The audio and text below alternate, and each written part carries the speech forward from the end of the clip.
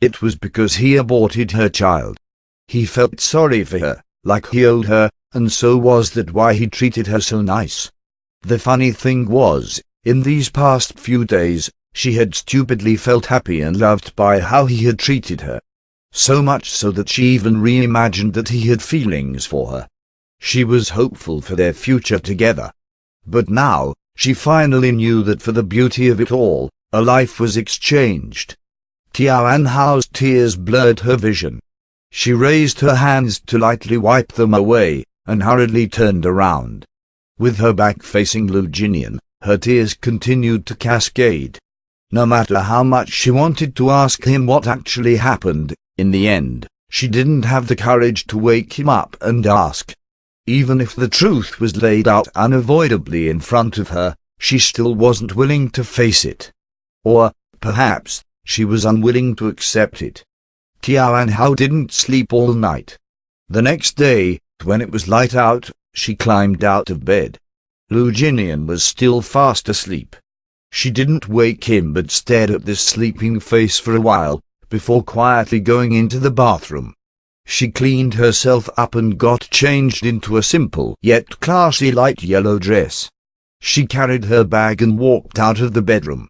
Madame Chen wasn't awake yet. The enormous living room was particularly quiet.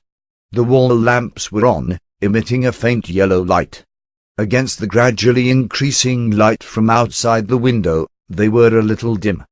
Tian Hao grabbed her phone and called for a ride. Then she put on her shoes and walked out. The morning air was extremely crisp.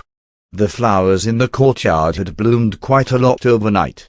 There was a single rose tilted and crushed by a wooden stick. Tian Hao walked over, picked up the stick, and supported the flower upright. Then she walked out of the courtyard. The taxi she had called was already waiting at the door.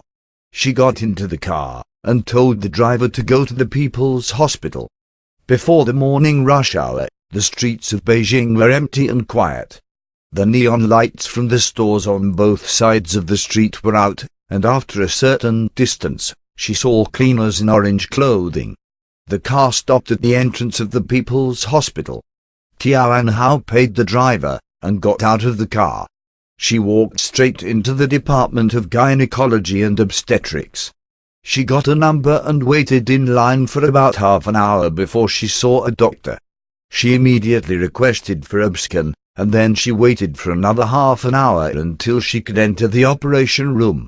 After the checkup, Tian Hao fixed her clothes and sat on a chair in the hall, as she waited for her results.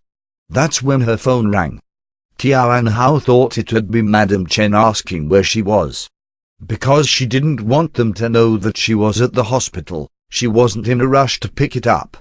Instead, she walked to a quiet restroom at the end of the hospital before pulling out her phone. In the end, the name of the phone screen turned out to be Aunt Xu. Tian Hao let out a deep breath, tapped to take the call, brought the phone to her ear, and said in polite and soft voice, "Aunt Xu. Kiao Kiao, you're awake." Han Rushu's voice was extremely energetic.